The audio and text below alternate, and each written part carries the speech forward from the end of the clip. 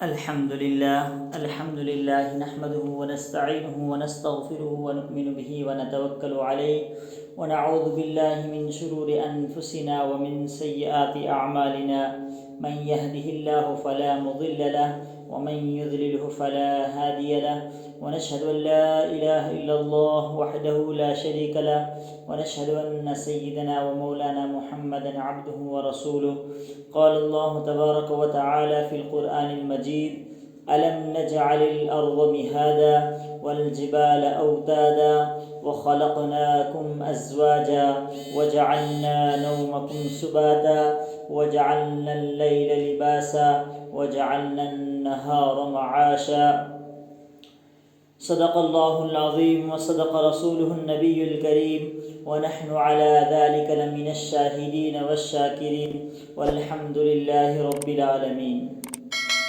میرے محترم دوستو، اللہ تبارک و تعالیٰ کا احسان ہے، کرم ہے، جس اللہ پاک ذات نے مجھے اور آپ کو ایمان کی دولت سے نوازا، اور اللہ کا لاکھ لاکھ احسان یہ ہے کہ وہ ہمیں دین اسلام کے اوپر چلنے کی توفیق دے رہا ہے. اگر انسان ذرا غور و فکر کرنے پر آئے تو انسان دیکھے گا کہ اللہ تبارک و تعالیٰ کی طرف سے انسان پر ہزاروں نعمتوں کروڑوں نعمتیں ہیں، جن نعمتوں کا انسان شکر ادا نہیں کر سکتا، لیکن وہ ان نعمتوں کا احساس جو ہوگا وہ ہمیں قرآن کریم کو پڑھنے کے بعد ہوگا. جب ہم قرآن کریم کو پڑھیں گے اور اس کے اندر ہمیں پتہ چلے گا کہ اللہ نے ہمارے اوپر کیا کیا نعمتیں رکھی ہیں، تب جا کر انسانوں کو ہمیں احساس ہوگا کہ اللہ نے ہمارے اوپر کیا کیا بڑی نعمتیں عطا کر کے رکھی ہوئی ہیں. شرط یہ ہے کہ انسان غور و فکر کرے. گزشتہ جو تفسیر ہماری چل رہی تھی وہ اس بات پر چل رہی تھی کہ اللہ تبارک و تعالیٰ نے پہلے قیامت کے بارے میں ذکر ارشاد فرمایا، اور اس کے بعد انسان کے اوپر کچھ چیزیں سوچنے کے لیے مجبور کر دی کہ اے میرے بندے، اگر تو قیامت کا انکار کر رہا ہے، روز محشر کا انکار کر رہا ہے، فیصلے کا دن کا انکار کر رہا ہے، تو یہ تیرے سامنے جو چیزیں بڑی بڑی بنائی گئی ہیں، جس کو اللہ تبارک و تعالیٰ نے آگے ارشاد فرمایا: الم نجعل الارض مہادا، کہ ہم نے زمین کو بنایا، بچھونا بنایا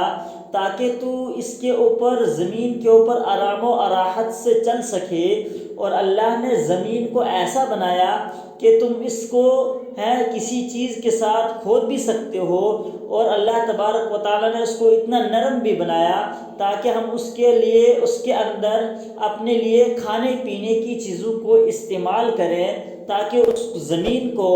اپنی نباتات اگانے کے لیے استعمال کر سکیں. اور اللہ تبارک و تعالیٰ نے اس زمین کے اندر الگ الگ حیثیت رکھی ہوئی ہے. اس زمین کے اندر سے انسان کے لیے نباتات، پھل وغیرہ سب چیزیں اللہ تبارک و تعالیٰ نے، ہر چیز اللہ تبارک و تعالیٰ نے اس زمین سے انسان کی منسلک رکھی ہے. جو چیزیں انسان کے کھانے کے ساتھ اللہ تبارک و تعالیٰ نے منسلک رکھی ہے، جو چیزیں انسان کھاتا ہے اللہ تبارک و تعالیٰ نے میکسیمم اس کو جو زمین کے ساتھ جوڑے رکھا ہے، تاکہ اللہ تبارک و تعالیٰ کا شکر ادا کیا جائے اور اس کے بندوں کو اس چیز کا احساس ہو کہ اللہ تبارک و تعالیٰ نے جو زمین بنائی ہے وہ فضول کی نہیں بنائی، بلکہ ہم اس سے ہزاروں نعمتوں کا فائدہ حاصل کر سکتے ہیں. اس لیے اللہ تبارک و تعالیٰ نے کیا ارشاد فرمایا: الم نجعل الارض مہادا، کہ ہم نے جو زمین کو بنایا ہے وہ تمہارے لیے ایک بچھونا بنایا ہے تاکہ تم اس زمین کے اوپر آسانی سے چل سکو، پھر سکو. اور اللہ نے زمین کو اتنا نرم بھی نہیں بنایا کہ تم زمین کے اوپر جب چلو گے تو اس کے اندر، زمین کے اندر دھنس جاؤ گے، اور اتنا سخت بھی نہیں بنایا کہ تم اس کو کھرود بھی نہیں سکو گے، بلکہ اللہ نے اس زمین کو درمیانہ بنایا تاکہ جو میرے بندے اس دنیا کے اندر جا رہے ہیں، جو دنیا کے اندر آنے والے لوگ ہیں وہ اس سے فائدہ اٹھا سکیں. اللہ تبارک و تعالیٰ کی بہت سی نعمتیں ہیں، ہزاروں نعمتیں ہیں، جن پر انسان غور و فکر کر سکتا ہے، لیکن شرط یہ ہے کہ جس انسان کے دل میں اللہ کا خوف ہوگا وہی انسان یہ چیزیں سوچنے پر مجبور ہو جائے گا کہ یہ جو چیزیں ہیں، یہ اتنی بڑی بڑی چیزیں تیار کری ہیں اللہ تبارک و تعالیٰ نے، کیا اس کے پیچھے کوئی خالق ہے، اس کے پیچھے کوئی مالک ہے جو ان چیزوں کو بنا رہا ہے؟ آگے کیا اللہ تبارک و تعالیٰ نے ارشاد فرمایا ہے، أَلَمْ نَجْعَلِ الْأَرْضَ مِهَادًا وَالْجِبَالَ أَوْتَادًا، اور جب اللہ تبارک و تعالیٰ نے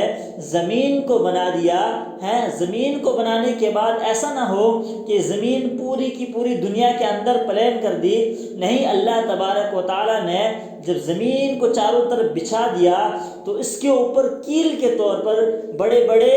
والجبال اوتادا، کہ بڑے بڑے پہاڑوں کو گاڑ دیا، اور وہ کس طرح سے گاڑ دیا کہ تاکہ یہ زمین ہل نہ سکے، اس لیے کہ زمین کے نیچے اللہ تبارک و تعالیٰ کی بھی نعمت ہے۔ وہ نعمت کیا ہے؟ وہ انسان ہمیشہ اس کو استعمال کرتا ہے، اور وہ پانی کی نعمت اللہ تبارک و تعالیٰ نے زمین کے نیچے رکھی ہوئی ہے، اس لیے اللہ تبارک و تعالیٰ نے بڑے بڑے پہاڑوں کو اخذ کر دیا زمین کے اوپر، تاکہ یہ جو زمین اللہ تبارک و تعالیٰ نے بنائی ہے یہ ڈگمگائے نہ، پانی کے اوپر ہل نہ سکے، اس لیے اللہ تبارک و تعالیٰ نے بڑے بڑے پہاڑوں کو بنایا تاکہ اس سے بھی انسانوں کو، جو میرے بندے دنیا کے اندر گئے ہوئے ہیں، جو دنیا کے اندر زندگی بسر کر رہے ہیں، ان کو کسی طریقے سے کوئی پریشانی نہیں آنی چاہیے۔ اور اگلی آیت کے اندر اللہ تبارک و تعالیٰ کیا ارشاد فرما رہے ہیں، وَخَلَقْنَاكُمْ أَزْوَاجًا، ایسا نہ ہو کہ انسان دنیا کے اندر جا کر دونوں طرف اپنی زندگی کو پریشان کر کے پھرتا رہے، دنیا کے اندر اپنے مسائل کے پیچھے پریشان ہوتا رہے۔ اللہ تبارک و تعالیٰ نے اس لیے دنیا کے اندر وَخَلَقْنَاكُمْ أَزْوَاجًا، اور ہم نے تمہارے لیے جوڑے تیار کر دیے، میاں بیوی یعنی نر اور مادے کا جوڑا تیار کیا۔ اللہ تبارک و تعالیٰ نے جتنی مخلوقات دنیا کے اندر پیدا فرمائی ہے، سب کے اندر اللہ تبارک و تعالیٰ نے نر اور مادہ یعنی ان کے اندر مؤنث اور مذکر کا جوڑا پیدا کر کے رکھا ہے، تاکہ اس سے اللہ تبارک و تعالیٰ نے جو انسان کے اندر ایک انسیت رکھی ہوئی ہے، وہ یہ کہ انسان کسی کے اکیلا پن محسوس کرتا ہے، جس کی وجہ سے انسان اکیلا دنیا کے اندر زندگی بسر نہیں کر سکتا۔ اور دنیا کے اندر انسان میاں بیوی کا ایک فائدہ ہے کہ انسان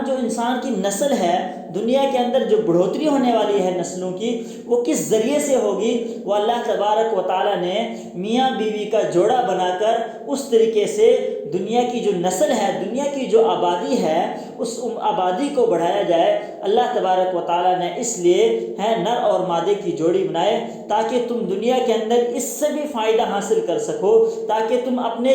جو اللہ تبارک و تعالیٰ نے تمہیں جو جوڑا عطا کیا ہے، وَخَلَقْنَاكُمْ أَزْوَاجًا، تاکہ تم اپنے لیے اس سے اولاد کو حاصل کر سکو، تاکہ تم اپنا حسب اور نسب آگے چلا سکو، تم اپنی نسلیں آگے کے لیے قیامت تک چلا سکتے ہو۔ وہ کب ہوگا؟ وَخَلَقْنَاكُمْ أَزْوَاجًا،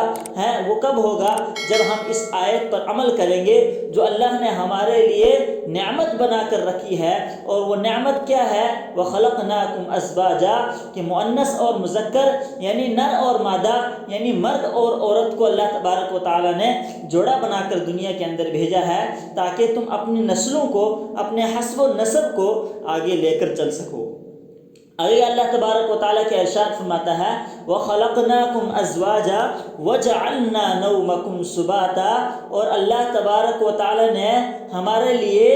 نیند کو بنایا تاکہ تم اس نیند کے ذریعے آرام و راحت حاصل کر سکو۔ اور اگر انسان ذرا غور و فکر کرے تو نیند انسان کے لیے سب سے بڑی نعمت ہے۔ اور وہ نعمت کس طریقے سے ہے کہ اللہ تبارک و تعالیٰ نے انسان کو ایک نیند عطا کی، وہ ایک موت کی طرح ہوتی ہے۔ اور جب انسان نیند کے اندر چلا جاتا ہے، جب وہ انسان سوتا ہے، تو انسان کی ساری جو پریشانیاں ہوتی ہے وہ ختم ہو جاتی ہے۔ انسان کے جسم کے اندر جتنی تھکان ہو جاتی ہے،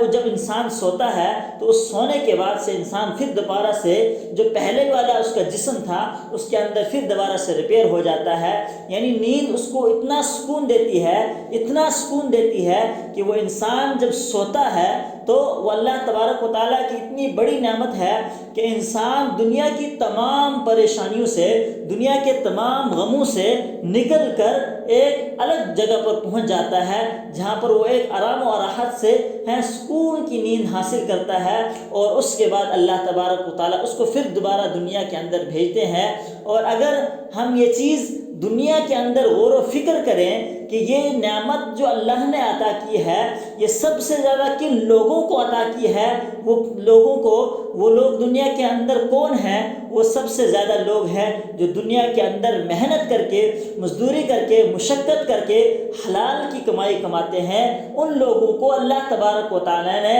یہ چیز جو نعمت ہے نیند کی، یہ میسر کر کے رکھی ہوئی ہے، کیونکہ وہ جب بھی کوئی جد و جہد والا کام کرتا ہے، کوئی محنت والا کام کرتا ہے، کوئی مزدوری والا کام کرتا ہے، تو اس کے بعد انسان کے جسم کے اندر جب تھکان ہوتی ہے تو اس کے بعد انسان نیند کو تلاش کرتا ہے، اور وہ نیند کرنا چاہتا ہے، اور وہ سونے والی نعمت کو حاصل کرنا چاہتا ہے، اور وہ جب سوتا ہے تو وہ ساری راحتیں، سارا سکون اس کو عطا کیا جاتا ہے۔ اور اس کے برعکس جو دنیا کے اندر کچھ لوگ ایسے بھی ہیں جو اس نعمت کو حاصل نہیں کر سکتے، جن کے پاس ہزاروں نعمتیں اللہ تبارک و تعالیٰ کی پڑی ہے، ہزاروں بڑے بڑے بنگلے دنیا کے اندر ان کے پاس ہیں، ہزاروں کے حساب سے ان کے پاس گاڑیاں ہیں، ہزاروں چیزیں، ہزاروں نعمتیں ان کے پاس میسر ہیں، لیکن نیند والی نعمت ان کے پاس میسر نہیں ہوتی، اس لیے کہ جب وہ سونے کی کوشش کرتے ہیں تو انہیں دنیا کے اندر دوائیاں لے کر، ٹیبلٹ وغیرہ لے کر ان کو اس نیند کو حاصل کرنا پڑتا ہے، کیونکہ وہ سوچ کے اندر پریشان ہوتے ہیں کہ ایک جو دولت ہے وہ انسان کو کبھی سکون سے رہنے نہیں دیتی۔ جب انسان کے پاس دولت آتی ہے تو ہر طرف پریشان رہتا ہے کہ میں اس دولت کو کہاں پر خرچ کروں، اس دولت کو کیسے استعمال کروں۔ لیکن ایک انسان جو حلال کمائی کرتا ہے، دن کو محنت اور مشقت سے روزی کماتا ہے، اور اس کے بعد اللہ تبارک و تعالیٰ اس کو آرام و راحت کی نیند دیتا ہے، اس کو سکون دیتا ہے، تو سب سے زیادہ اللہ تبارک و تعالیٰ کی یہ نعمت کن لوگوں کو میسر ہے؟ جو دن رات محنت کر کے، مشقت کر کے حلال کی کمائی کرتے ہیں۔ اللہ تبارک و تعالیٰ نے اس نیند کی نعمت کو ان کو میسر زیادہ کر کے رکھا ہے۔